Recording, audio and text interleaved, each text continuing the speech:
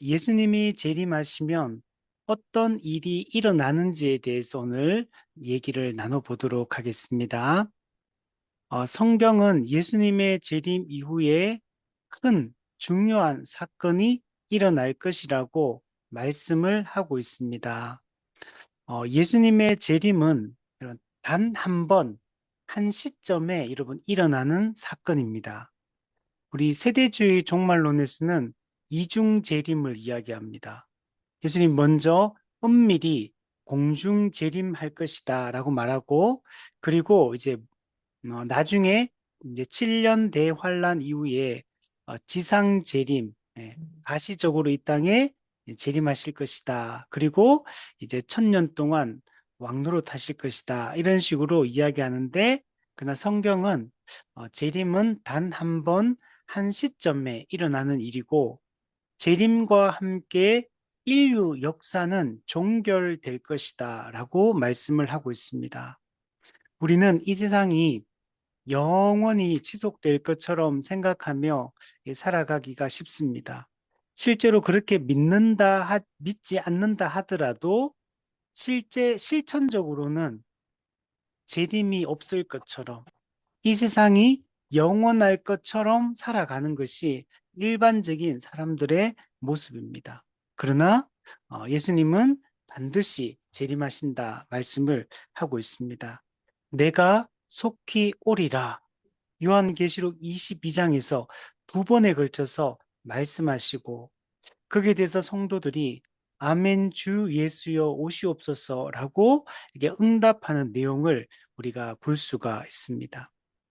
그리고 재림하시면 아주 중요한 이 두 가지 큰 사건이 일어나게 되는데, 첫 번째는 죽은 자의 부활입니다. 우리 죽은 자, 신자든 불신자든 모든 죽은 자의 부활. 그리고 그 당시에 살아있는 자들은 호련히 변화될 것이다. 네. 살아있는 사람은 죽지 않았기 때문에 몸의 부활이라는 과정은 없지만, 부활한 몸과 동일한 몸으로 일순간에 이 변화될 것에 대해서 말씀을 하고 있습니다. 그리고 나서 예수 그리스도에 의해서 최후 심판이 이루어질 것이다 라고 말씀하고 있습니다. 그리고 최후 심판이 이루어져서 신자와 불신자의 영원한 운명이 분리가 되게 됩니다. 나뉘어진 이후에 우리는 영원한 상태로 진입하게 되는데, 그것은 바로 우리가 새 하늘과 새 땅에 새 몸을 가지고 우리가 들어가서 여러분 살게 되는 것입니다. 이게 재림 이후에 일어나는 일이다라고 얘기를 할 수 있습니다. 이 내용들을 하나씩 우리가 한번 살펴보도록 할게요. 자, 첫 번째는 예수님이 재림하시면 모든 죽은 자들이 여러분 부활하게 됩니다. 데살로니가 전서 4장 16절 17절에 보면 주께서 호령과 큰 소리와 함께 예수님 재림하실 것이고, 천사장의 소리, 그리고 하나님의 나팔 소리로 신이 하늘로부터 이 땅에 강림하실 것이다 라고 말씀하고 있습니다. 그리고 예수님이 재림하시면 그리스도 안에서 죽은 자들이 먼저 일어날 것이다. 네. 이전에 죽었던 모든 자들이 몸의 부활을 하게 될 것이고, 그 후에 우리 살아남은 자들도 그들과 함께 구름 속으로 끌어올려 공중에서 주를 영접하게 하시리라. 네. 우리 살아있는 자들, 우리도 우리의 몸이 호련히 변화된 이후에 이 땅으로 재림하시는 그리스도를 영접하게 될 것이고, 그리하여 우리가 항상 주와 함께 있으리라. 네. 재림 후에 완성된 하나님 나라의 모습을 우리 설명할 때 성경은 항상 주와 함께 있는 것으로 표현하고 있는 걸 볼 수 있어요. 우리 빌립보 말씀에도 보면 그리스도와 영원히 함께 있다. 네. 그리고 계시록 21장에도 하나님이 우리와 온전하게 함께 계신다. 네. 함께 있는 상태. 예. 삼위 하나님과 함께 거하는 상태가 천국의 이 본질이라는 것들을 우리가 알 수가 있는 것입니다. 우리는 이것을 사모하는 것입니다. 빌립보서 말씀에서 사도 바울은 내가 그리스도와 함께 있는 것이 가장 소망하는 것이다. 예. 그러나 내가 이 땅에 남아있는 것이 너희에게 유익이다. 그러면서 내가 하나님이 언제 부르시든지 간에 주어진 이 사명을 잘 감당하고 그리고 주님이 부르시는 날에 예, 그리스도와 함께 있게 되기를 소망한다. 이렇게 이야기를 하는 걸 볼 수 있습니다. 네. 그러니까 그리스도와 함께 있는다. 하나님과 함께 있는다. 임마누엘이 완성되는 거죠. 원래 하나님과 인간은 함께하는 존재였습니다. 인간의 타락으로 말미암아 에덴 동산에서 쫓겨남으로 하나님과 함께 할 수 없는 존재, 하나님과의 관계가 적대적으로 바뀌게 되고 오히려 진노와 심판 아래서 거하게 되었죠. 근데 예수 그리스도가 다시 오심으로 하나님이 우리와 함께하는 사건이 다시 회복되게 된 겁니다. 그래서 예수님의 오심을 임마누엘 사건이다 이렇게 얘기하잖아요. 하나님이 우리와 함께 하신다. 예수님의 재림은 하나님의 그 함께 하심 임마누엘이 완성되는 날이 여러분 재림의 날인 겁니다. 예수님이 재림하시면 온전한 임마누엘이 여러분 이루어지게 여러분 되는 것입니다. 우리는 이 날을 소망하며 사는 것입니다. 이 땅에서는 우리가 얼마나 인간이 취약한 존재인지 작은 사건 하나도 그게 트라우마가 되고 그게 인생을 지배할 수도 여러분 있어요. 우리는 어떤 충격적인 사건을 경험한다든지 큰 어떤 부정적인 사건을 경험할 때 그것이 한평생 꼬리표처럼 사라지지 않고 우리를 뒤쫓으며 우리를 괴롭히는 것들을 보게 됩니다. 근데 우리는 살면서 인생에서 이런 일들을 자주 경험하게 되고 사람마다 차이는 있지만 크고 작은 이런 이 죄의 이 고통들을 괴로움들을 우리는 겪게 됩니다. 그래서 이 땅에는 진정한 안식, 참된 평안, 참된 쉼이라는 것은 사실 없는 것입니다. 오직 하나님 안에서만 우리가 우리 누릴 수 있고 그리고 이 땅에서 우리가 예수님의 오심으로 말미암아 지금 누리고 있지만 이것도 불완전한 것입니다. 그래서 우리는 그것이 그 임마누엘이 완성되어서 참된 샬롬을 진정한 샬롬을 경험하게 되는 것은 예수님의 재림 때 여러분 이루어지게 되는 겁니다. 그럼 우리 이 날을 소망하며 살아가는 게 중요합니다. 성경은 예수님이 재림하실 때 신자, 불신자 모두 다 부활할 것이라고 말씀하고 있습니다. 그러나 신자와 불신자는 동일하게 몸의 부활을 하지만 부활의 성격이 좀 다릅니다. 예. 똑같은 부활은 하는데 부활이 다른 부활을 한다. 이렇게 이야기를 하고 있습니다. 요한복음 5장 29절 보면 선한 일을 행한 자는 생명의 부활로 악한 일을 행한 자는 심판의 부활로 나오리라. 네. 생명의 부활, 심판의 부활, 다르다. 여기서 선한 일, 악한 일 행한다라고 할 때 선하다, 악하다. 우리 성경에 보면 시편에 보면 의인과 악인 이렇게 항상 구별을 하잖아요. 이거는 윤리, 도덕적으로 구분하는 게 아니고 하나님과의 관계의 측면에서 이야기하는 거예요. 하나님과 올바른 관계를 맺고 있고 하나님의 율법에 순종하는 사람을 선하다, 또 의인이다 이렇게 말하고 그렇지 않은 자들을 악하다 또는 악인이다 이렇게 말하는 걸 볼 수 있어요. 그리고 하나님과 올바른 관계를 맺고 하나님의 뜻에 순종하며 사느냐 살지 않느냐에 따라서 그의 영원한 운명이 이런 바뀌게 됩니다.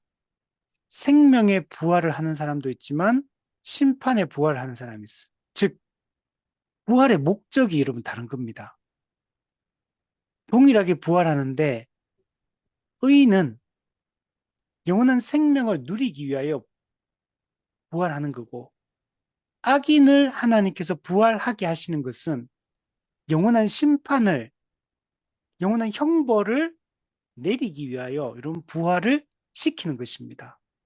부활은 우리 스스로 하는 게 아니고 하나님이 부활시키는 것입니다.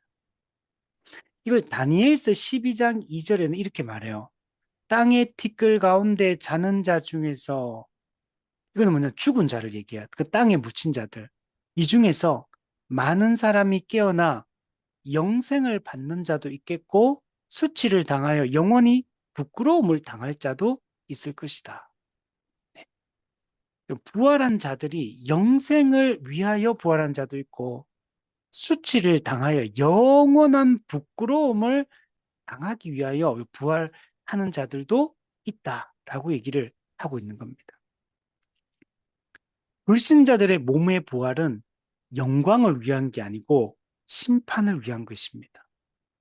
또한 불신자들의 이 부활한 몸은 신령한 몸이 아니고 영원한 형벌을 감당할 수 있는 상태로 부활하는 것.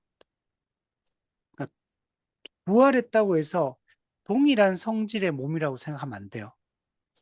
몸은 두 종류의 몸이 있거든. 영의 몸, 신령한 몸이 있고 육의 몸이 있어요. 즉 영적인 몸이 있고 육적인 몸이 있어요. 근데 불신자들은 이 영적인 몸, 신령한 몸으로 부활하는 게 아닙니다. 그들이 몸이 부활하는 것은 하나님을 거부하고 하나님의 주되심을 거부하고 자기가 주인이 되어서 살아갔던 그 삶에 대한 하나님의 영원한 진노와 형벌, 하나님의 공의로운 그 형벌을 감당할 수 있게 하기 위하여 그 부활을 시키는 겁니다. 즉, 하나님은 이 하나님을 부정한 죄에 대해서 영혼만 형벌을 내리는 게 아니고 몸의 형벌을 내리기 위하여 부활을 시키는 것이고 이 부활한 몸과 영혼은 최대치로 예, 고통을 느낄 수 있는 가장 극대화된 상태로 몸이 부활을 하게 된 거예요. 영혼도 몸도 동일하게 그 하나님의 공의의 형벌을 가장 그 직접적으로 가장 고통스럽게 느낄 수 있는 그런 몸의 형태로 부활을 하는 겁니다. 웨스트민스터 신앙 고백서 32장도 이렇게 말합니다. 악인은 수치와 영원한 정죄를 받기 위하여 부활할 것이다. 하나님을 거부한 죄에 대한 하나님을 믿지 않고 그분의 말씀에 순종하지 않은 죄에 대한 수치, 영원한 정죄를 받기 위해서 부활하는 것이다. 라고 얘기를 하고 있는 겁니다. 그래서 이 부활이 신자와 불신자가 동일하지만 그 성격이 다르다는 걸 우리가 생각해야 되고, 그러므로 신자와 불신자는 재림을 대하는 태도가 다를 수밖에 없는 겁니다. 신자는 재림이 고대되어지는 시간이지만 불신자들에게는 영원한 고통이 찾아오는 시간이기 때문에 사실 거부하고 싶은 이런 시간이죠.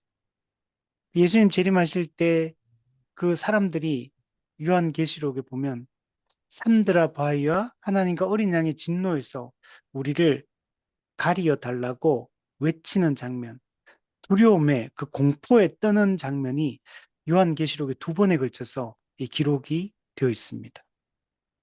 그러나 우리 신자들에게는 생명의 부활, 영원한 생명에 들어가는 부활을 하는 것이기 때문에 우리에게는 소망의 날이고 기쁨의 날이 되는 겁니다. 요한계시록 20장 4절 6절에 보면 이 첫째 부활에 대한 얘기를 하거든요. 이 첫째 부활, 그러면 이 첫째 부활이 있다는 얘기는 둘째 부활이 있다는 얘기를 하는 거죠. 둘째 사망에 대한 얘기를 합니다. 그러면 첫째 사망이 있다는 말이거든요. 자, 여기서 요한계시록 20장 4절 6절에서 첫째 부활은 뭐냐면 영적 부활을 얘기합니다. 이거는 거듭남을 얘기합니다. 우리가 예수님을 믿고 그리스도와 연합하여 우리가 거듭남 이 자체를 우리는 영적으로 부활했다. 영적 생명을 잃어버렸던 자가 거듭남으로 영적 생명을 다시 얻게 되었기 때문에 이걸 영적 부활이라고 하고 계시록 20장 12, 13절에 보면 여기서 이제 심판을 받기 위하여 죽은 자들이 살아나는 것에 대한 얘기를 하거든요. 이걸 둘째 부활이다. 예. 몸의 부활. 이걸 이 둘째 부활이다. 이렇게 이야기하는 걸 볼 수 있습니다. 그러니까 재림 때 일어나는 일은 바로 이 몸의 부활, 예, 육체적 부활이 일어나는 것이다. 라고 얘기를 할 수 있습니다. 성경은 주로 신자들의 부활을 중심으로 예수님의 재림 이후에 있을 부활을 많이 설명을 하고 있는데, 특별히 고린도전서 15장을 보면 이 신자의 육체의 부활에 대해서 상세하게 알려주고 있는 것을 볼 수가 있습니다. 그래서 고린도전서 15장을 우리는 부활장이다 이렇게 이야기를 합니다. 예수님의 부활은 예수님의 부활로 끝나는 게 아니고 예수님의 부활 때문에 우리의 부활이 여러분 보증이 되는 겁니다. 그래서 성도들의 부활을 위한 첫 열매가 바로 그리스도의 부활이다. 그리스도의 부활이 첫 열매가 있었기 때문에 그를 믿고 따르는 모든 자들도 동일한 그리스도의 부활과 동일한 그 몸의 부활을 우리도 하게 될 것을 이야기를 하고 있습니다. 이걸 잘 보여주는 장면이 고린도전서 15장 20절 이하에 있는 내용들입니다. 자, 우리 성경이 있는 분들은 한번 찾아서 펴서 한번 보시면서 한번 설명을 한번 해볼게요. 고린도전서 15장 20절 이하의 말씀입니다. 자, 오늘 우리 성경 구절들을 좀 볼 텐데 한번 잘 따라오시면 좋을 것 같아요. 자, 한번 보시면 그러나 이제 그리스도께서 죽은 자 가운데서 다시 살아나사. 네, 우리 에베소에 보면 하나님의 능력이 그를 죽은 자 가운데 다시 살렸다 이렇게 얘기하죠. 예, 하나님께서 하나님의 뜻 가운데 죽은 자 가운데 그리스도가 살아나셨고 그래서 잠자는 자들의 첫 열매가 되셨다. 그래서 우리도 이 부활하게 될 것을 예수님의 부활을 통해서 잘 보여주고 있어요. 예수님의 부활에 대한 이야기는 예수님께서도 자기 예고를 하셨을 뿐만 아니라 구약 성경에서 본 하나님의 그 예언 가운데 그리스도의 부활에 대한 이야기들이 구약 성경에 많이 기록되어 있는 것들을 볼 수가 있습니다. 또한 사도들도 성경 기록자들도 예수님의 부활에 대해서 증언하고 있는 것들을 볼 수가 있고 특히 예수님의 이 기적 사건들, 이 죽은 자를 살리고 이런 거 있잖아요. 이런 것들이 전부 다 그리스도의 부활을 예표하고 있는 그런 사건들이고 또한 성도의 부활을 예표하고 있는 그런 기적적 사건들이다라고 얘기할 수 있습니다. 자, 21절에 보면 사망이 한 사람으로 말미암았으니 예. 그죠? 우리 죽음이 아담의 타락으로 말미암았잖아요. 근데 죽은 자의 부활도 한 사람 예수 그리스도로 말미암아 여러분 이루어지게 되는 겁니다. 아담 안에서 모든 사람이 죽은 것 같이 네. 인류의 대표였던 아담의 타락이 우리 모든 사람에 영향을 미치죠. 그리스도 안에서 모든 사람이 삶을 얻으리라. 네. 그리스도 안에서 in Christ 그리스도의 십자가 사역에 근거해서 그를 구주로 믿는 모든 자들은 그리스도 안에서 영원한 생명, 삶을 얻게 될 것이다. 자, 그러나 각각 자기 차례대로 될 것이다. 순서가 있다는 거죠. 먼저는 첫 열매인 그리스도요. 네. 그리스도는 완전한 인간으로서 첫 번째로 부활하신 분이 예수 그리스도시죠. 예. 원래 하나님은 예수님은 신성적 측면에서 보면 몸이 없죠. 그러니까 예수님의 몸의 부활이라는 것은 인성의 영혼과 몸에 대한 이야기를 하고 있는 거죠. 그래서 인간으로서 최초로 부활한 분이 예수 그리스도시다. 그리고 다음에는 그가 강림하실 때 그에게 속한 자다. 네. 예수 믿고 죽었던 모든 신자들이 다 부활하게 될 것이고 또 살아남아 있는 자들도 호련히 신령한 몸으로 변화될 것을 이야기합니다. 자, 24절에 그 후에는 마지막이니 자, 그 후에는 마지막이란 얘기는 그 다음에 또 누가 부활한다 이런 얘기를 하는 게 아니고 이 모든 부활이 끝나면 어떻게 사건이 전개되는가에 대한 얘기를 하는 거야. 자, 이 부활이 다 이루어지고 나서 심판이 다 이루어지고 나면 그가 모든 통치와 권세와 능력을 멸하시고, 예. 통치, 권세, 능력은 우리 서신서들을 보면 이 악한 영적 세력들을 멸합니다. 그래서 모든 악한 영적 세력들을 멸하시고, 네, 이들이 전부 다 영원한 불못에 던져지게 되고, 그리고 나라를 아버지 하나님께 바칠 때라. 네. 나라, 이 통치권을 상징하죠.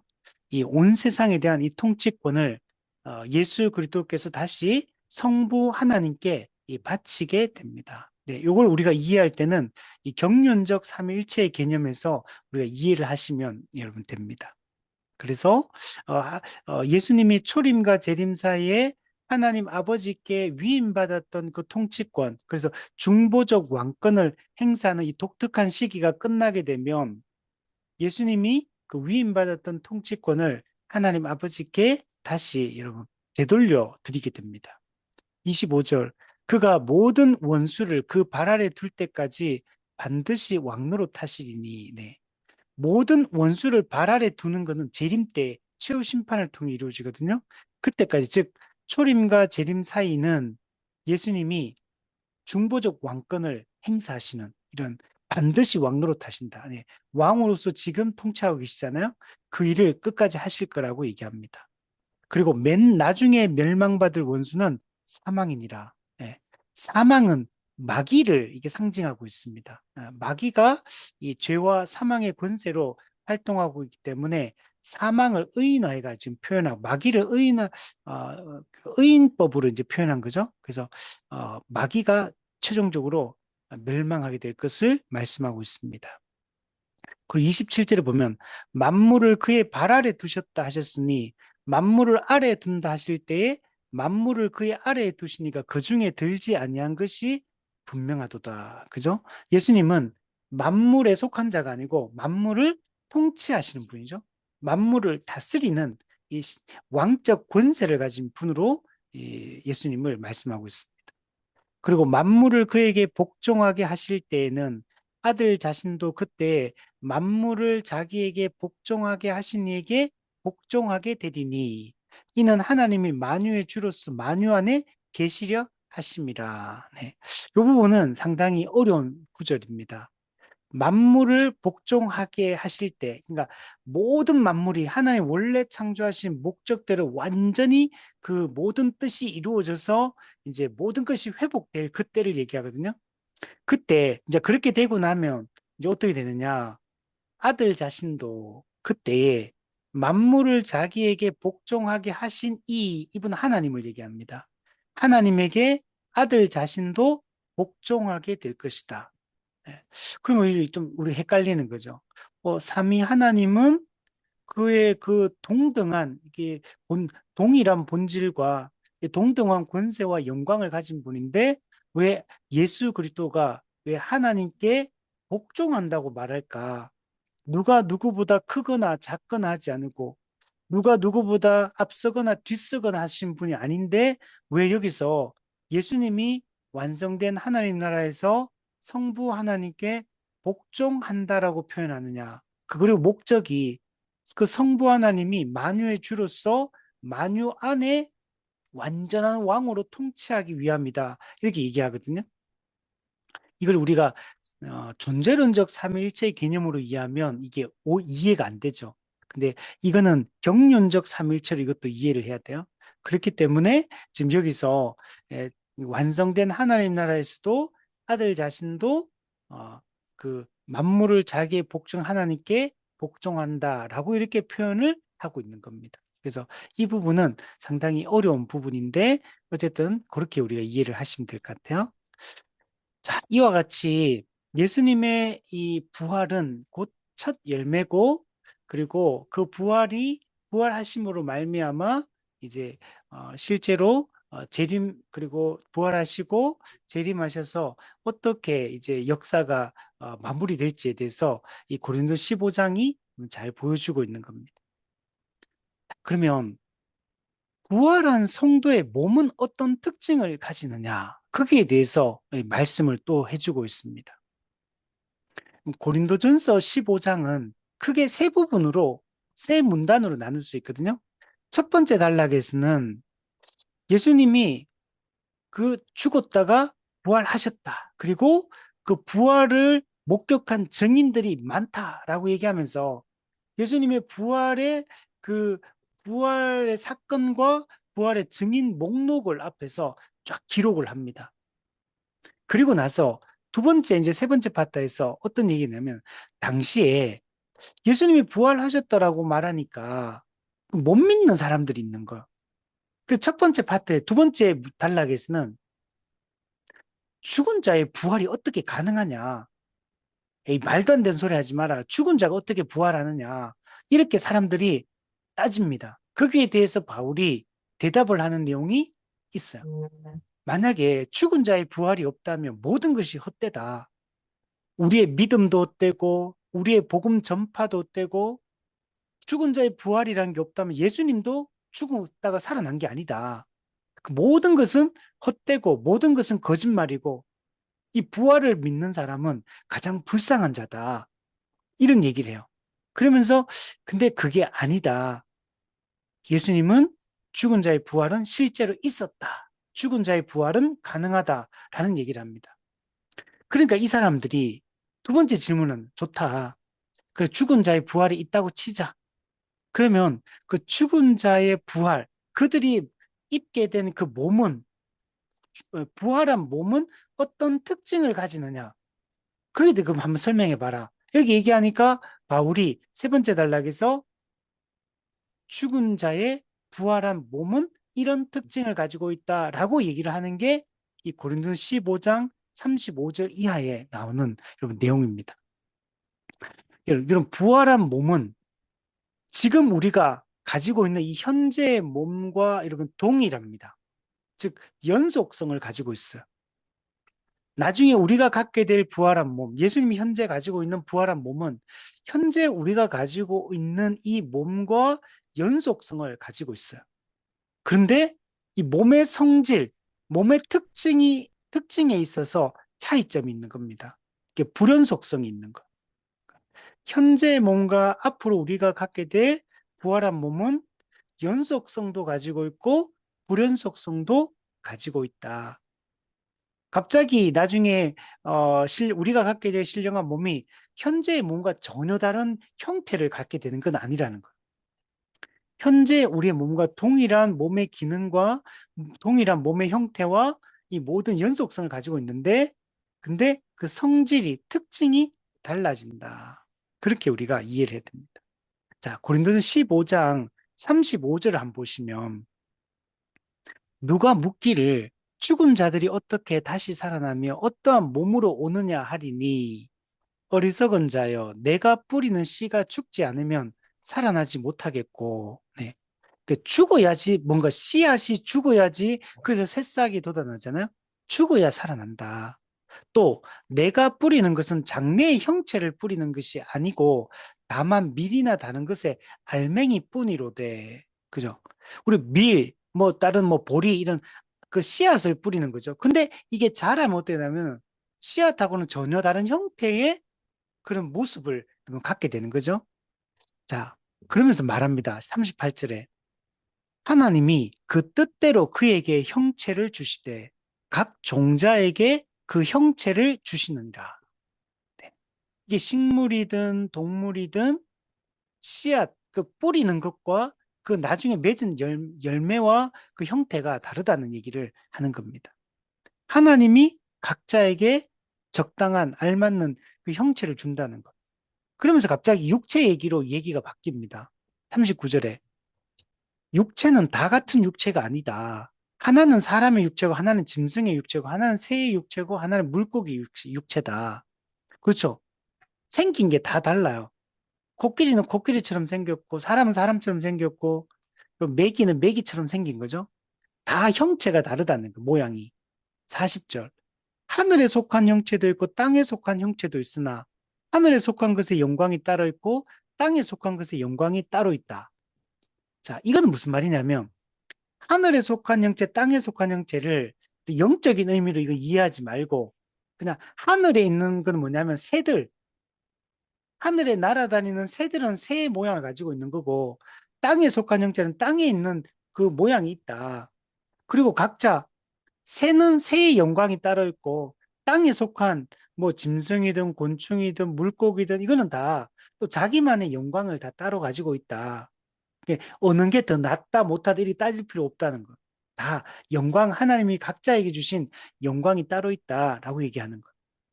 이 얘기를 계속 하는 얘기는 형체가 다르다라는 얘기를 하려고 하는 거. 41절에 해의 영광이 다르고 달의 영광이 다르고 별의 영광도 다른데 별과 별의 영광이 다르도다. 네.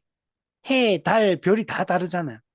별도 많지만 다 다르게 생겼고 영광이 다 다르다는 거예요. 그러면서 42절에 말합니다. 죽은 자의 부활도 그와 같다. 죽은 자의 부활도 그와 같다. 그래서 썩을 것으로 심고 썩지 아니할 것으로 다시 살아나며 현재 우리가 타락하고 난 이후에 현재 우리가 가지고 있는 이 몸은 죽고 썩고 노쇠하고 병에 걸리고 이런 몸을 가지고 있어.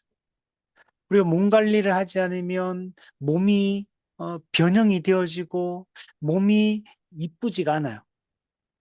몸이 그 노쇠하고 병들고 또 피부도 안 좋아지고 머리카락도 빠지고 모든 게 여러분 좋지 않습니다.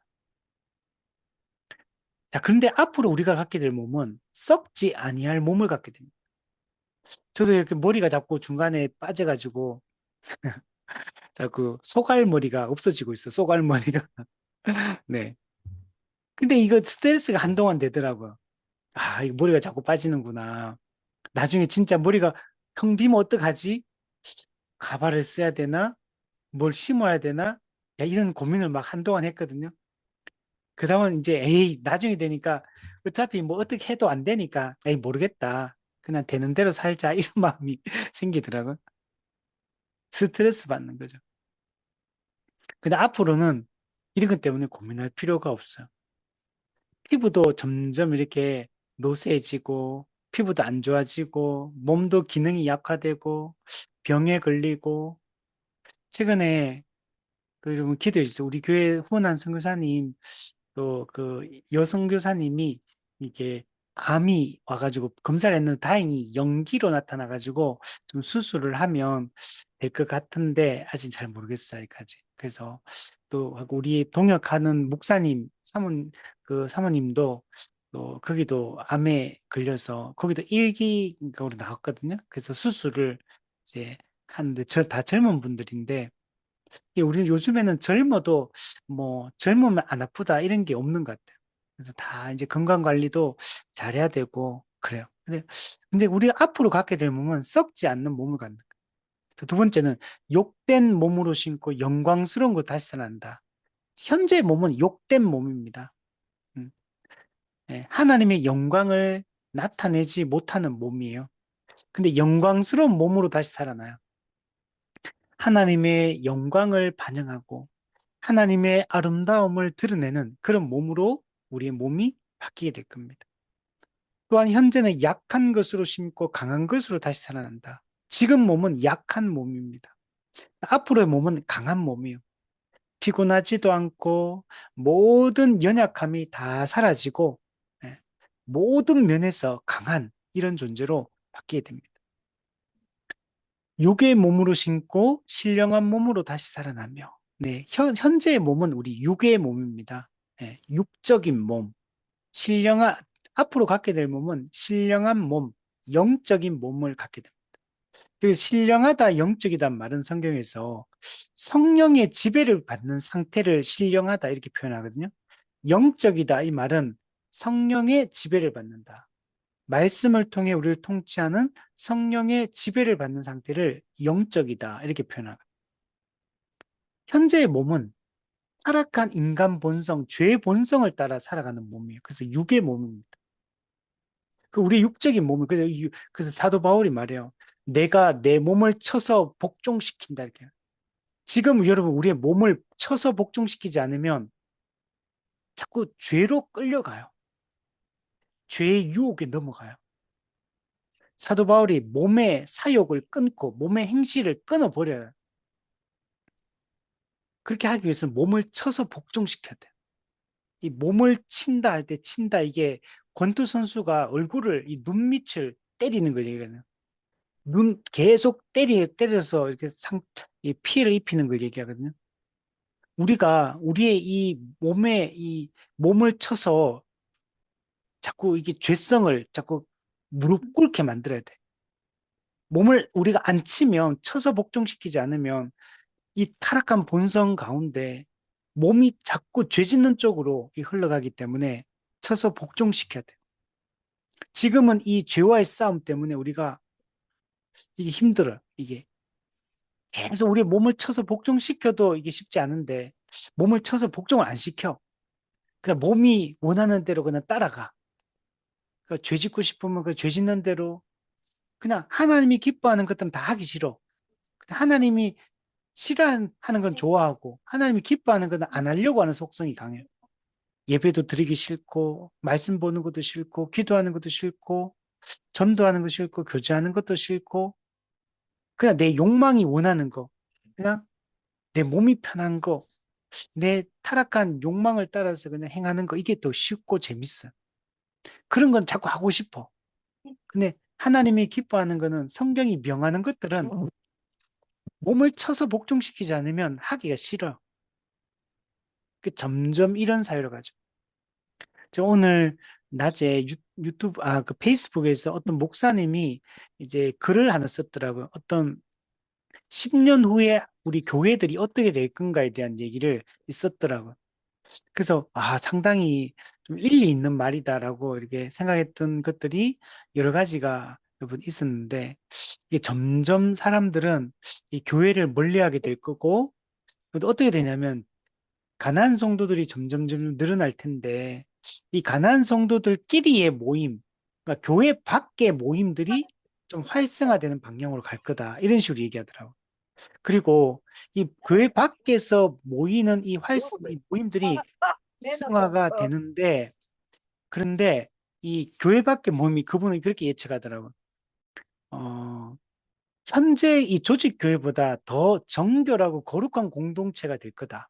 그 순수한 마음으로 모이니까 더 그렇게 될 거다. 이렇게 예측을 하더라고요. 교회는 점점 줄어들고 그리고 건물을 가진 이런 교회들은 점점 힘들어질 거다. 그 유지하기가 힘들 거고 교회를 떠날 거고 그냥 교회 바깥에서의 모임은 활성화되는 방향이 될 거다. 즉 가난한 성도들끼리 순수하게 잘 똑바로 믿고 싶은 사람들이 모여가지고 이런 교회 밖 공동체를 이제 형성하게 될 거다. 이제 평신도 중심의 이런 공동체 형성하게 될 거고, 근데 그래서 오히려 좀 새로운 어떤 형태의 그런 신앙생활 형태들이 발전하게 될 거다. 이런 식으로 예측하더라고요. 그래서 제가 일부는 동의가 되는데 일부는 동의하기 어렵다. 이런 것들도 있긴 있던데, 어쨌든 간에 그렇습니다. 자, 그래서 어쨌든 다시 한번 돌아와서 한번 보면 45절에 보면 첫사람 아담은 생명이 되었다 함과 같이 마지막 아담은 살려주는 영이 되었다. 아, 첫사람 아담은 생명, 살아있는 존재가 되었다. 이렇게죠. 근데 마지막 아담이신 예수 그리스도는 우리를 구원하는 분이기 때문에 살려주는 분이다. 이렇게 표현하죠. 자, 그러나 먼저는 신령한 사람이 아니요 육의 사람이요 다음에 신령한 사람이다. 네. 육의 사람이 먼저 있고 이 육의 사람이 바뀌어서 이제 신령한 몸을 가진 우리 신령한 존재가 나중에 재림 때 이루어지게 되는 거죠. 첫사람 아담은 땅에서 났으니 흙에 속한 자이거니와 둘째 사람은 예수 그리스도는 하늘에서 나셨느니라. 무릇 흙에 속한 자들은 저 흙에 속한 자와 같고 하늘에 속한 자들은 저 하늘에 속한 자와 같으니 우리가 흙에 속한 자의 형상을 입은 것 같이 네, 우린 다 이 땅에 보통 생육법으로 태어나서 흙에 속한 자의 형상 입고 있죠. 근데 앞으로 어떻게 되냐? 하늘에 속한 이의 형상을 우리는 입게 될 것이다. 그래서 이 땅에서 우리의 몸은 다 죄와 관련돼 있고 죄의 영향을 받으며 이렇게 다 살아가는 이런 세상이고 앞으로 이건 더 심화되겠지만 예수님이 재림하시면 이 모든 것들이 이 변화가 될 것이다 라고 말합니다. 그래서 칼빈은 이렇게 얘기합니다. 우리의 몸은 그리스도의 몸과 같이 될 것인데 이는 형상의 유사성뿐만 아니라 부활의 동일한 능력에 참여함을 의미한다.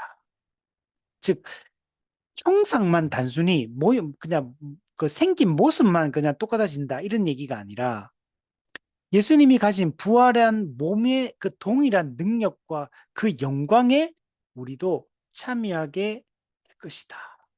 이렇게 얘기를 하고 있는 겁니다. 우리는 이것을 소망하며 이렇게 살아가야 돼. 현재 우리의 이 몸의 상태는 하나님의 그 말씀에 이게 반응하기보다는 죄에 더 긴밀하게 이렇게 반응하는 이런 존재.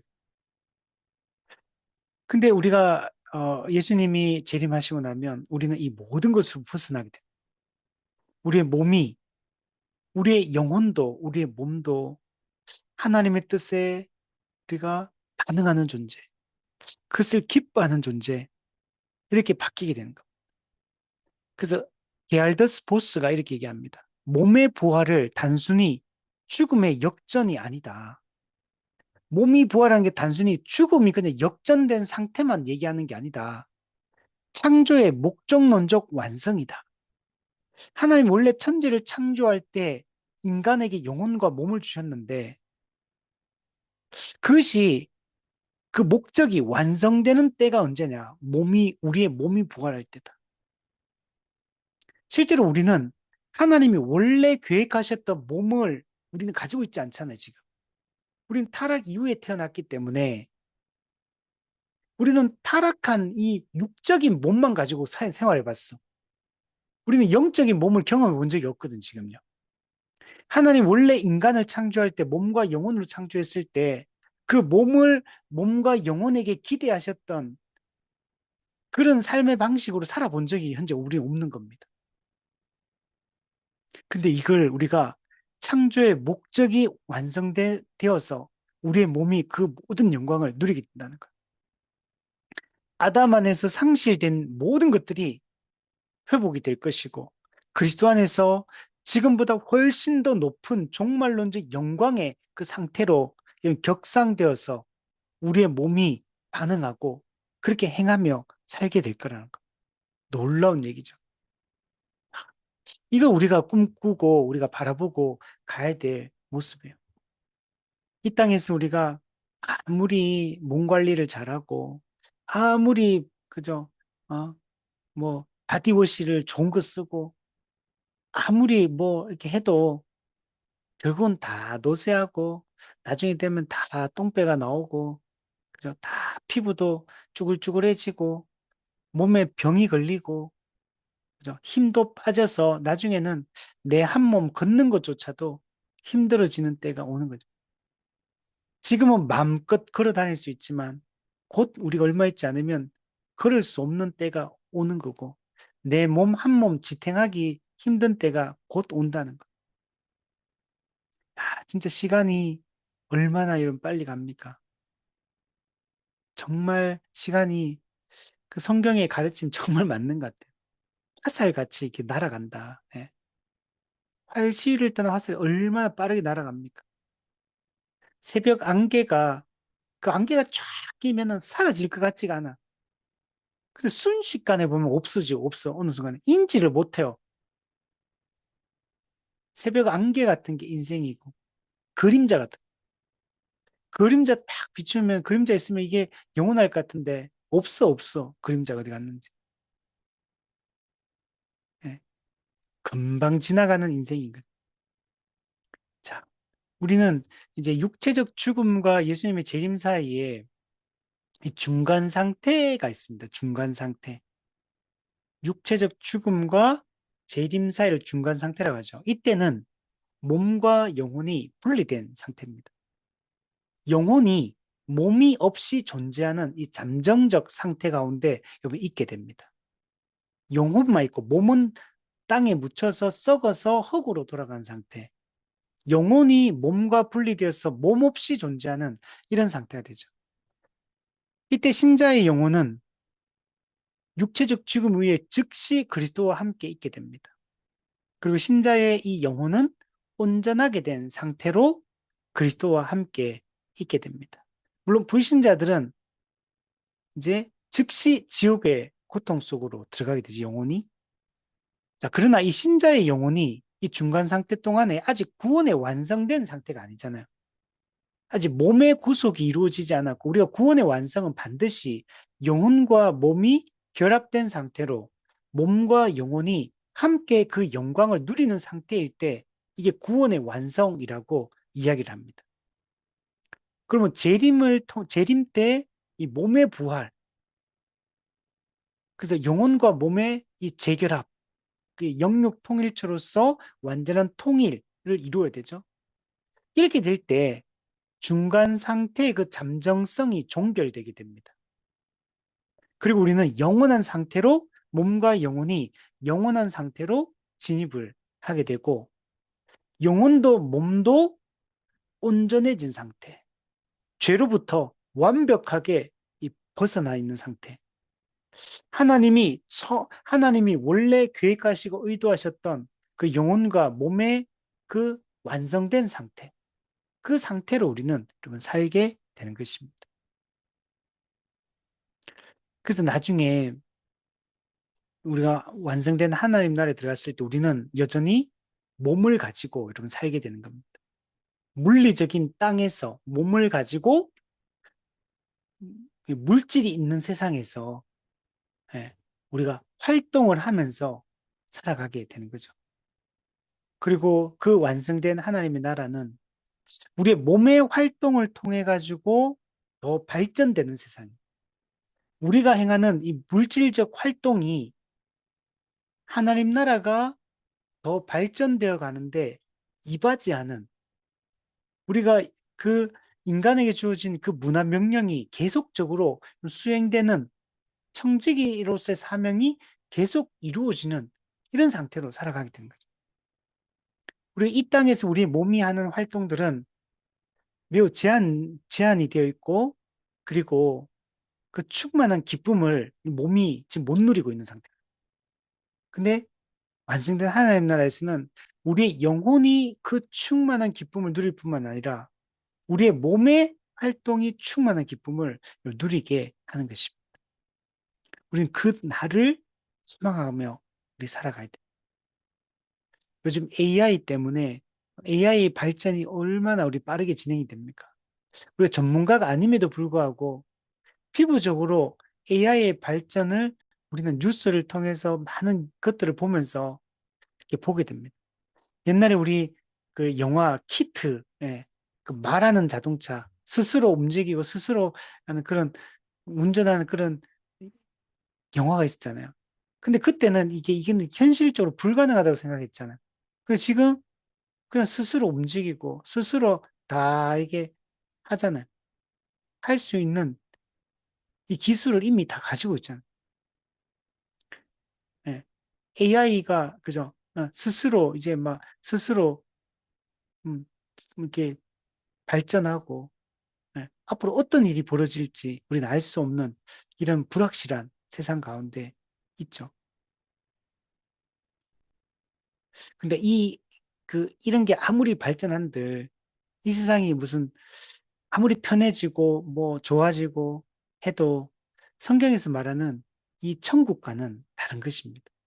아무리 이 땅에 기술이 발전하고 문명이 발전하고 이게 의료 기술이 발전하고 아무리 해도 이 세상에 이루어지는 이 유토피아와 하나님이 통치하는 그 하나님의 나라는 전혀 다른 성질의 그런 나라입니다. 우리가 그 나라를 소망하며 살아가야 됩니다. 자, 두 번째는 예수님 재림 이후에 최후 심판이 있게 됩니다. 최후 심판은 성경 전체적으로 아주 많이 강조가 되고 있는 이 종말론적 사건입니다.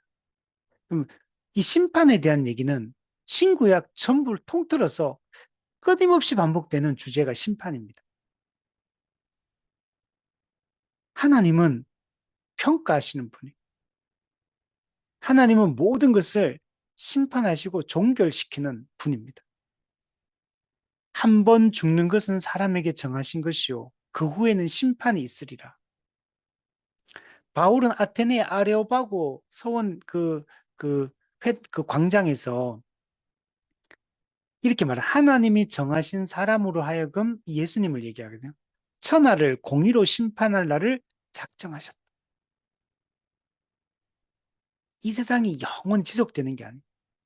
그리고 이 최후 심판대는 예외 없이 모든 인간을 포함하고 있습니다. 로마서 14장에 우리가 다 하나님의 심판대 앞에 서리라. 신자든 불신자든 모두 다 하나님의 심판대, 그리스도의 심판대 앞에 서게 될 것이라고 말씀하고 있습니다. 근데 하나님께서는 이 심판권을 누구한테 이렇게 위임하시냐? 예수님께 위임하셨어요. 성부 하나님은 성자 예수님을 통해서 인류를 심판하실 것이다. 최후 심판을 행할 것이다. 라고 말씀합니다. 그 성경에 보면 최후 심판을 시행하시는 주체가 하나님으로 이렇게 표현되어 있는 구절들도 있고 예수님으로 표현되어 있는 구절들도 있어요. 이 두 개가 모순되는 게 아니고 하나님, 성부 하나님이 성자 예수님을 통하여 인류를 심판하시는 거예요. 하나님이 예수 그리스도를 통하여 우리를 구원하셨던 것처럼 예수님을 통해서 우리를 심판하신다. 그 로마서 2장 2절 보면 이런 일을 행하는 자에게 하나님의 심판이 진리대로 되는 줄 우리가 안다. 하나님의 심판. 이런 일을 행하는 자를 판단하고도 같은 일을 행하는 사람아, 내가 하나님의 심판을 피할 줄로 생각하느냐. 다만 내 고집과 회개하지 아니한 마음을 따라 진노의 날, 곧 하나님의 의로우신 심판이 나타나는 그날에 임할 진노를 내게 쌓는도다. 여기서는 하나님의 심판이라고 하죠.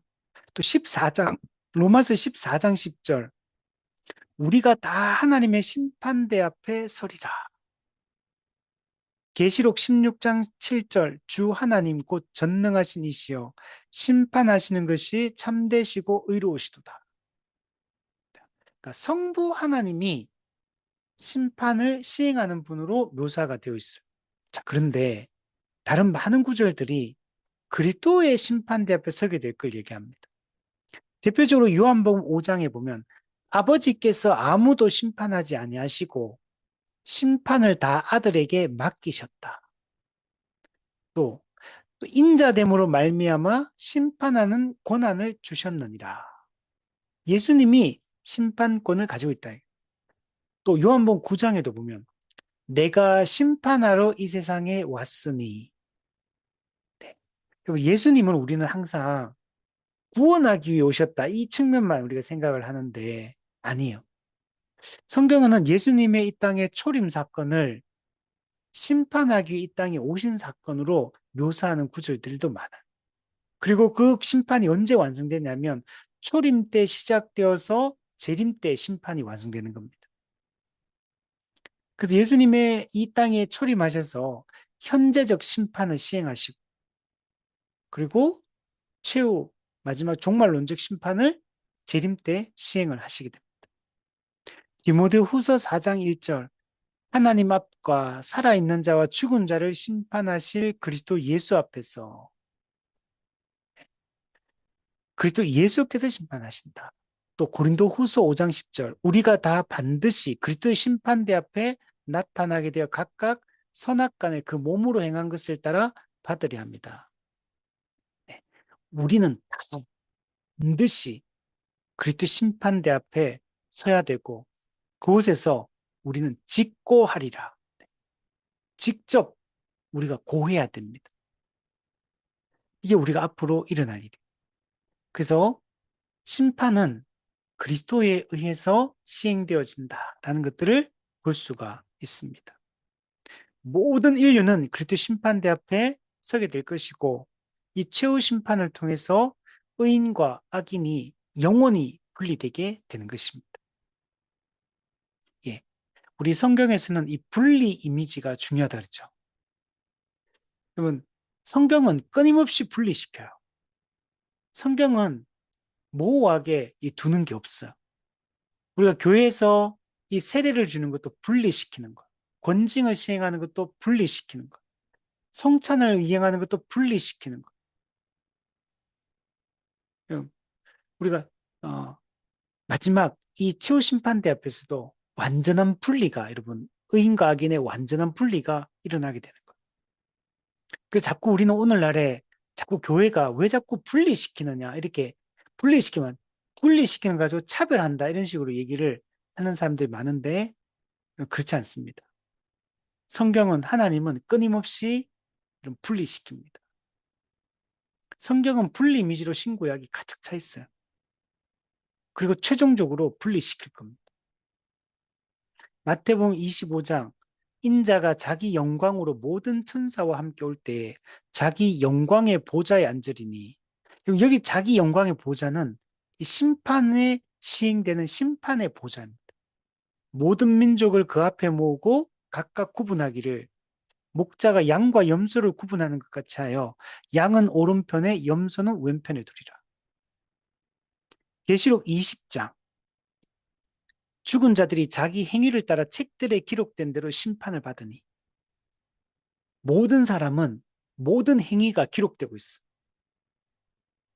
우리가 우리 어, 차에 그 블랙박스 있잖아요. 탁 들어가서 모든 걸 기록하고 있듯이 우리의 모든 말, 생각, 행동이 이 행위책에 다 기록이 이러면 되고 있고 모든 사람은 그 이 행위책에 기록된 대로 마지막에 심판을 받게 됩니다. 예, 일종의 증거 영상이 다 남아 있는 거죠. 요한복음 5장 29절 선한 일을 행한 자는 생명의 부활로 악한 일을 행한 자는 심판의 부활로 나오리라. 고린도후서 5장 우리가 다 반드시 그리스도의 심판대 앞에 나타나게 되어 각각 선악간에 그 몸으로 행한 것을 따라 받으려 합니다. 네. 각각 분리되는 것.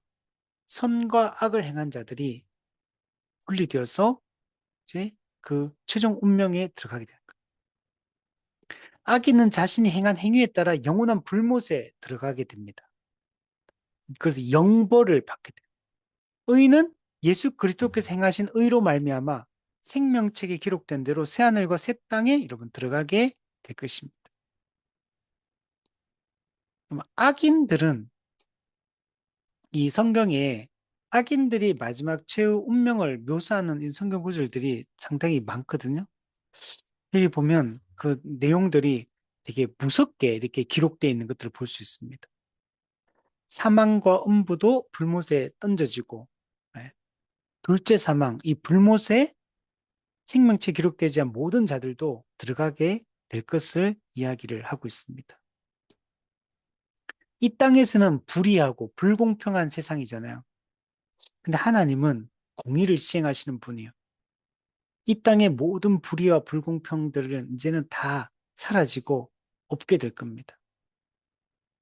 성도는 그 의로운 행위에 대한 보상을 받고 악인은 그 악한 행위에 대한 처벌을 다 받게 되는 겁니다.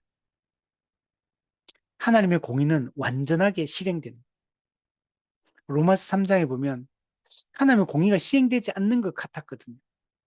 근데 예수님을 십자가에 못 박는 사건을 통해서 하나님은 반드시 공의를 시행하시는 분이라는 사실을 십자가 형벌을 통해 보여주셨어. 그리고 그것은 곧 이 최후 심판을 통해서 하나님의 공의가 완전히 시행될 것을 암시해주고 이러고 있는 겁니다.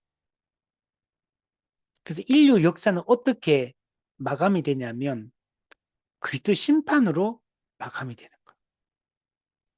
심판이 완성될 때 인류 역사가 종결되게 되는 겁니다.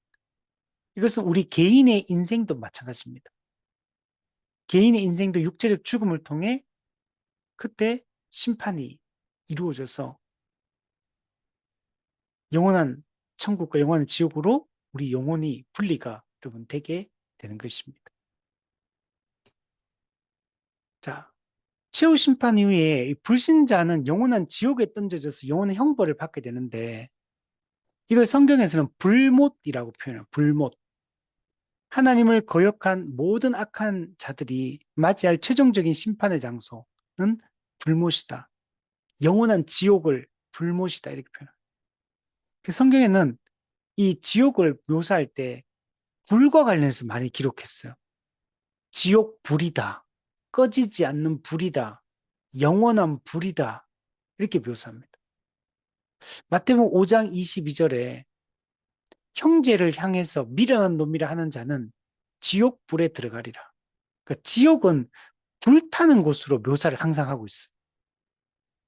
그 왜 지옥을 이 불못, 불과 유황이 타는 못, 이 불로 자꾸 표현을 하느냐. 불이라는 거는 뭐냐면 소멸시키는 거거든요. 모든 악을 소멸시키는 걸 이 상징해요.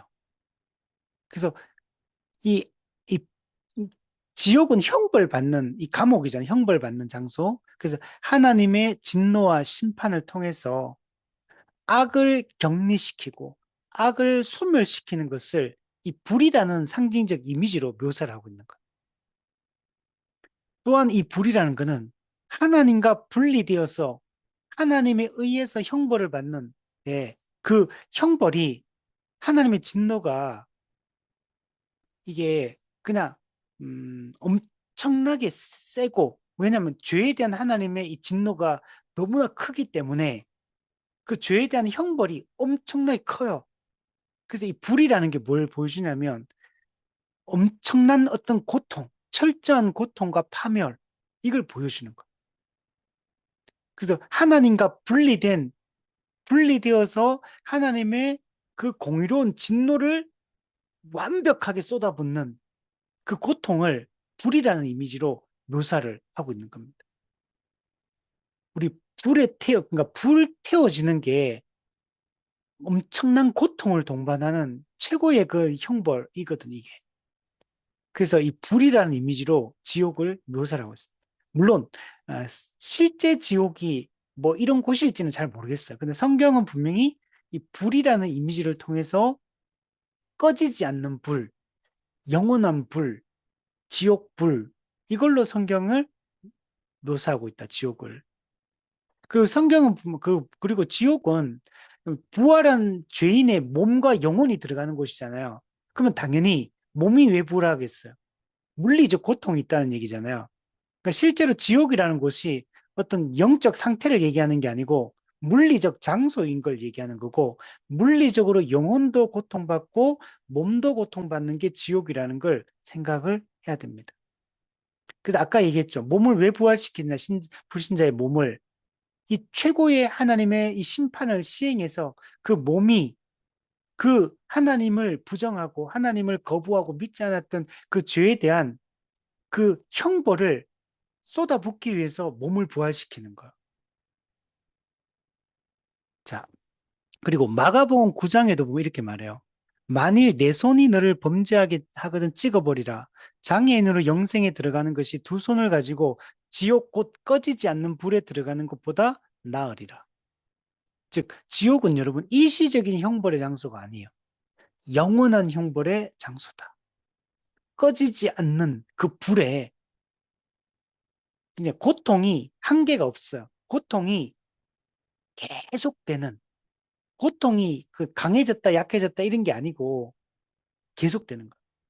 우리 영화 같은 데 보면 고문하는 내용들이 나오잖아요. 이 고문도 계속 하진 않거든요. 일정 시간 이제 죽지 않을 만큼 고문했다가 또 잠시 또 회복시켰다가 다시 고문하고 그래서 고통을 극대화시켜서 뭔가 뭔가를 이렇게 성취하려고 하는 거잖아요. 근데 지옥은 그런 게 아니에요. 지옥은 뭐 고통이 강도가 5로 갔다가 1로 갔다가 5로 갔다 1로 이렇게 하는 게 아니고 지옥은 몸과 영혼이 최대치로 계속되는 거예요. 최대치로. 그러니까 하나님이 심판을 시행할 때 형벌을 집행할 때 그 형벌을 하나님이 예를 들면 하나님이 10만큼 형벌을 가할 수 있는데 5만큼만 형벌을 가한다거나 1만큼만 형벌을 가한다 그런 건 없다는 거. 하나님을 거부한 죄에 대한 최대치의 고통이 몸과 영혼에 영원히 지속되는 상태. 이게 지옥이라는 거예요. 우리 군대 가면 훈련 받다가 힘들면 50분 훈련, 10분 휴식이라는 게 있거든요. 지옥은 그런 게 없어요. 그냥 계속되는 거예요, 영원히. 마태복음 25장, 나를 떠나 마귀와 그 사자들을 위하여 예비된 영원한 불에 들어가라.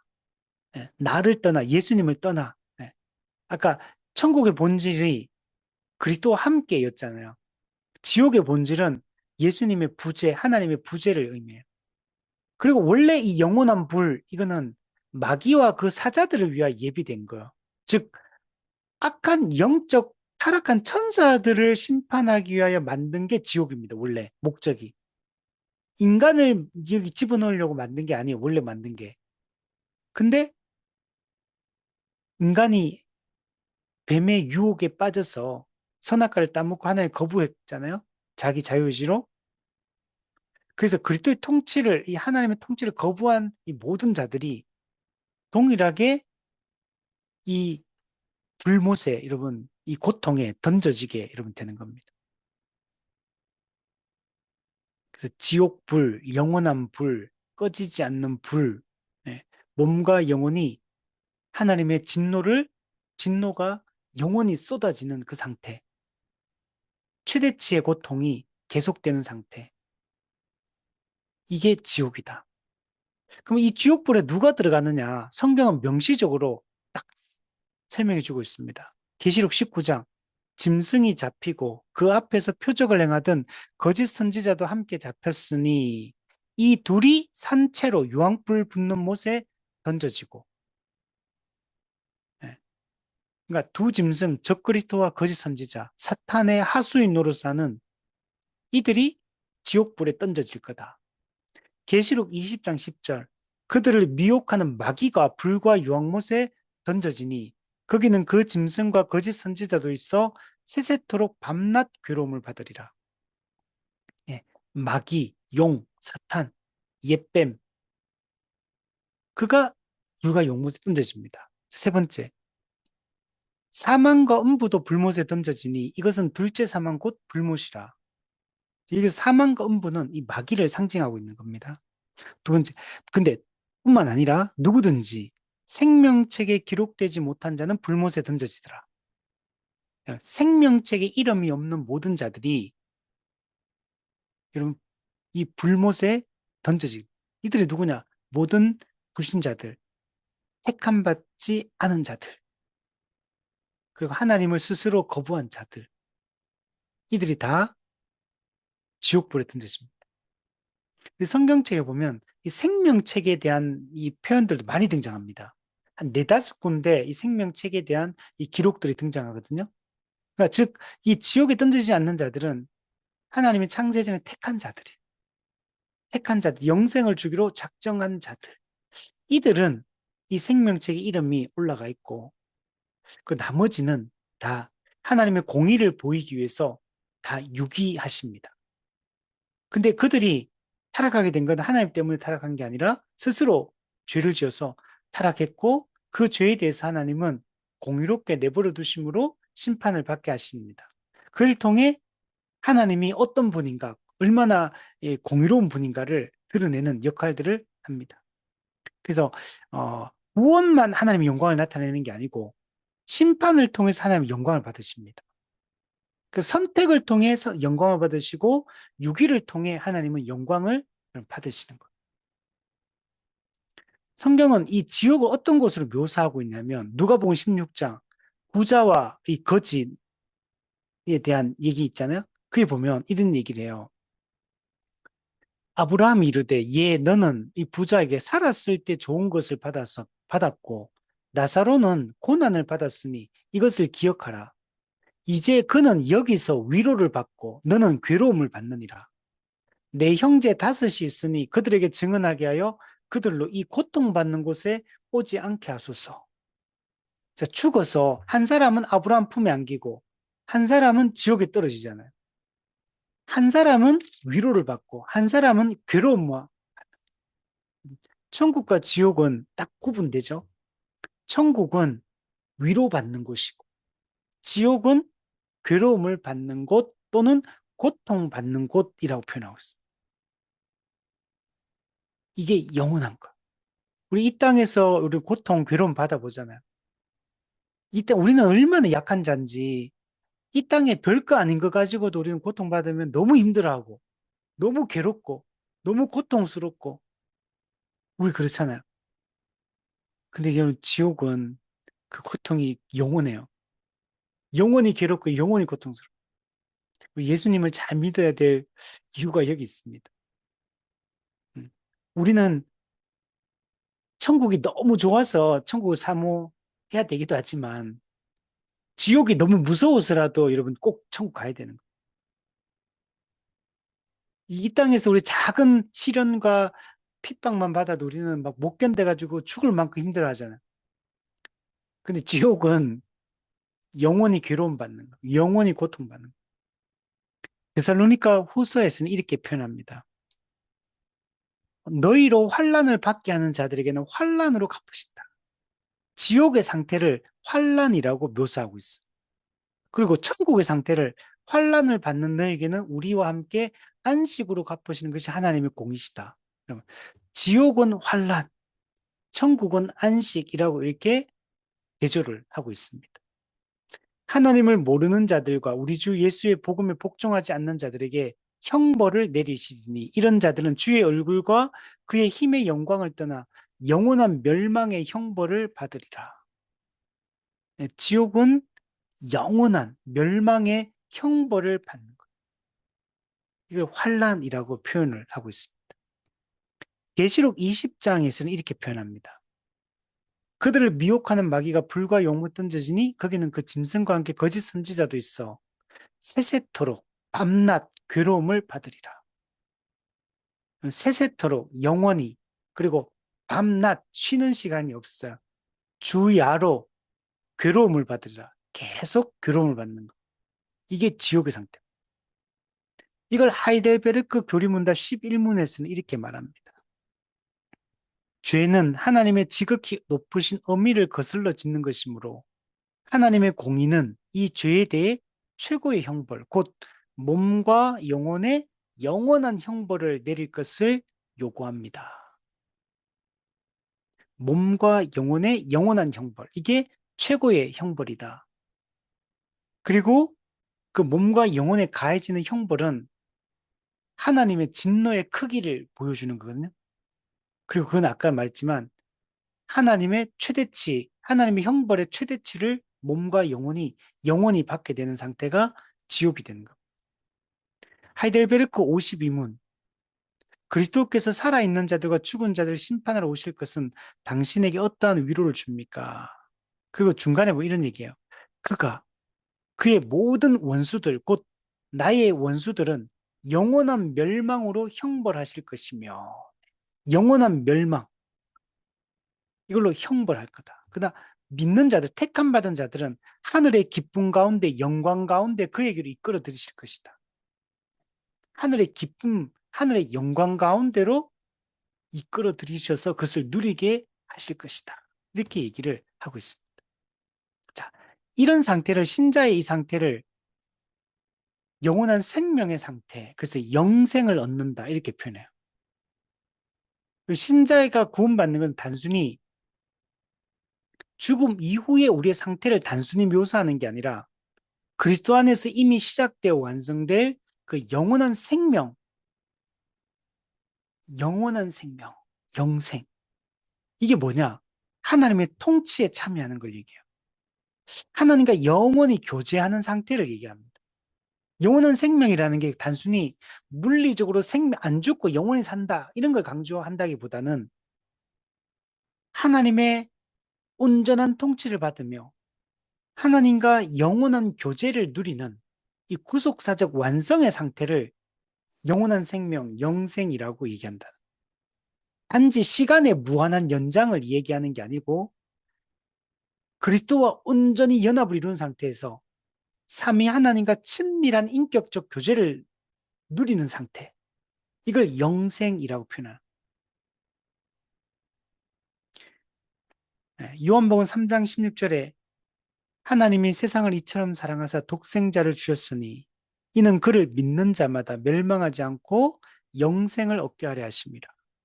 근데 그 영생이 뭐냐? 요한복음 17장 3절. 영생은 곧 유일하신 참 하나님과 그가 보내신 자 예수 그리스도를 아는 것이다. 예, 천국의 상태가 어떤 상태냐? 영생을 얻는 상태인데 그게 뭐냐? 하나님과 예수님을 아는 거예요. 하나님과 예수님을 얼굴과 얼굴을 대면하여 직접 알고 그분과 교제를 나누는 상태. 그 요한 1세에서는 하나님과 사귄다, 사귐을 갖는 거, 사귐, 인격적 교제의 완성. 우리가 사람들과도 좋은 사람들을 만나면 기분이 너무 좋아요. 정말 겸손하고 다른 사람을 존중하고 마음이 따뜻한 사람들, 그리고 합리적인 생각을 가지고 있는 분들, 그리고 상황을 객관적으로 판단할 수 있고 올바르게 모든 것들을 생각할 수 있는 이런 사람을 만나요. 부드럽고 온유하고 친절하고 사랑이 많고 용납하고 관용하고 이런 사람 만나면 얼마나 우리 기분이 좋아요. 이런 사람들을 만나면 헤어지기가 싫어. 그죠? 얘기를 나누면은 그 인격을 누리고 그의 생각을 누리고 그의 삶을 우리가 함께 누리게 되는 거죠. 그래서 이런 사람들 만나면 우리가 정말 기분이 좋고 진짜 이게 충만함을 우리가 경험하잖아요. 근데 그 사람은 다 또 불완전하죠. 근데 하나님은 그런 분이 아니죠. 우리 지금 하나님을 온전히 알지도 못해요. 근데 우리는 이제 천국에 가면 그 하나님과 예수 그리스도를 온전히 알게 될 것이고 그분과 살아있는 인격적 교제를 나눌 것이고 우리의 모든 것을 공유하게 여러분 되는 거죠. 우리는 아직 이게 뭔지를 잘 모르겠지만 그러나 지금 우리가 이 땅에서 누리는 것을 생각할 때 앞으로 누릴 것이 얼마나 더 커질 건가는 분명합니다. 지금 우리가 이 말씀 안에서 삼위 하나님과 누리는 이 교통도 너무 좋잖아요. 우리 지금 생각해 보세요. 하나님 없다고 내 인생에서 지금 하나님 사라지면 어때요? 하나님 없는 인생, 하나님과 기도할 수 없고, 하나님 말씀을 들을 수도 없고, 살아계신 하나님을 영적으로 우리가 교감하는 것도 없고, 그러면 지금 이 불완전한 상태에서 이거 없다고 생각하면, 와, 이게 진짜 힘들 것 같아요, 저는. 지금 인생에서 지금, 예, 건강을 잃는 거, 돈을 잃는 거, 직장을 잃는 거, 하나님 잃는 거, 이 중에 선택하라면 어느 거 선택하겠습니까? 이 중에, 여러분, 하나님을 잃는 게 가장 큰 거. 하나님만 있으면 우리는 모든 걸 가진 존재. 다른 모든 것들이.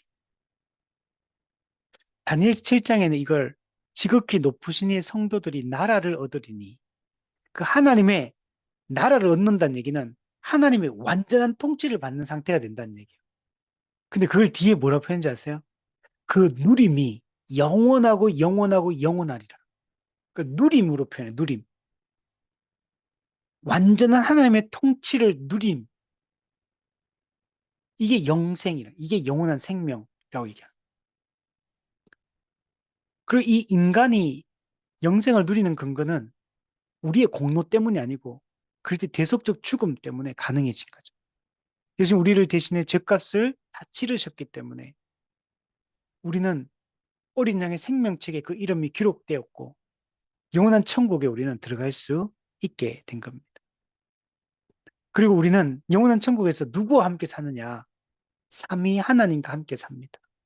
또 모든 거룩한 천사들과 함께 삽니다.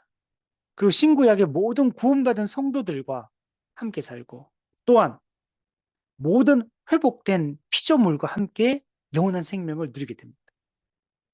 천국은 삼위 하나님, 타락하지 않은 선한 모든 천사들, 신구약의 모든 구원받은 신자들, 그리고 회복된 피조 세계, 여기는 동물과 식물 다 포함해서 이 상태에서 영원한 생명을 누립니다. 마태복음 25장 인자가 자기 영광으로 모든 천사와 함께 올 때 천사들과 함께 와요. 로마서 8장 피조물이 고대하는 바는 하나님의 아들들이 나타나는 것이다.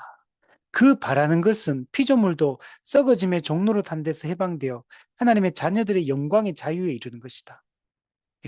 회복된 피조 세계에서 우리는 살게 될 겁니다. 히브리서 12장 너희가 이런 곳은 영원한 천국을 얘기하거든요. 여기 보면 천만 천사와 하늘에 기록된 장자들의 모임과 교회와 만민의 심판자이신 하나님과 온전하게 된 의인들의 영들과 새 언약의 중보자이신 예수와 함께 살게 될 거다.